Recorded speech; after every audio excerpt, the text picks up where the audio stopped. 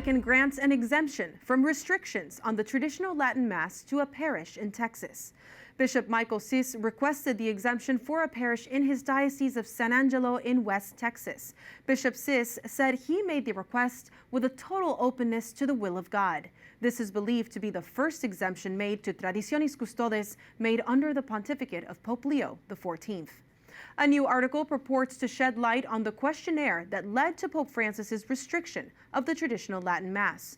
It was written by longtime Vatican journalist Diane Montagna. She says she has obtained the overall assessment that prompted Traditionis Custodes, the motu proprio that restricted the TLM.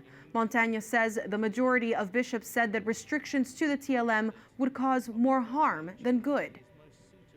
Joining us now to talk more about the report is Frank Rocca, EWTN's Vatican editor. Frank, thank you so much for joining us again. First off, what can you tell us about this leaked report and these documents and their validity?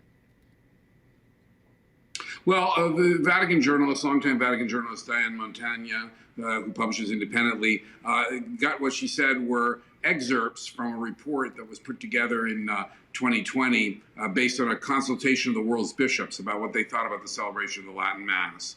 And that report has never been made public. It was a secret, a confidential internal document.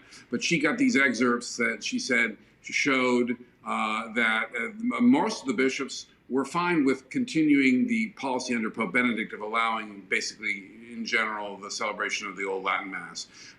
The Pope, when he decided that Pope Francis decided to restrict it, he suggested that the language he used suggested that the majority of bishops had told him not to do that.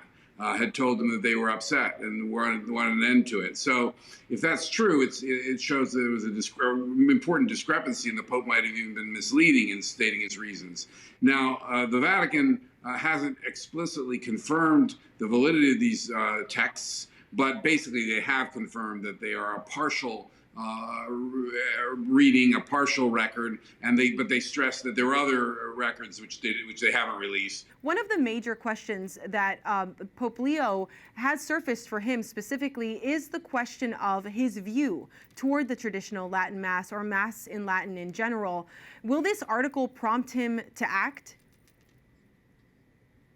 Well, popes don't like to be lobbied, certainly not publicly. So I wouldn't think that it could work. It could cut both ways. He might be annoyed that somebody leaked. I suspect he's probably annoyed that somebody leaked this.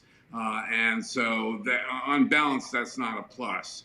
If it's true, as it seems to be, that a lot of bishops were in favor of allowing the Mass to go forward, then it might be something he would take into consideration, because he's shown that he's very collegial, that he wants the Synod of Bishops to be very much a bishop's organ, that he wants to listen to the cardinals. So if most of the bishops out there are in favor of it, I would think that he would listen to them, yes. And this morning he had a gathering with Ukrainian young children, and he was recalling his own experience with the Latin Mass. What can you tell us about that?